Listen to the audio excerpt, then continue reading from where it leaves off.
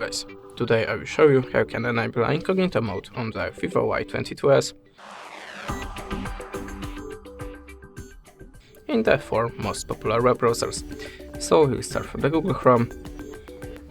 In the Google Chrome we have to just open this web browser and go to the 3-dot icon. Sometimes it's a arrow icon. Now just enable Incognito Mode by this button.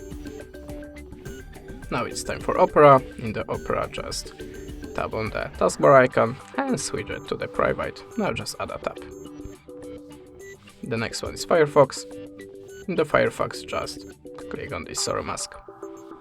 But if you have any site on thread, like this one, go to the taskbar icon, switch to the sorrow mask and click plus. And the last one, Microsoft Edge. In the same way, just tap on the taskbar icon and switch to in private. Now just add a tab by this little plus. And that's it. Thanks for watching, leave us a subscribe or a comment, and goodbye.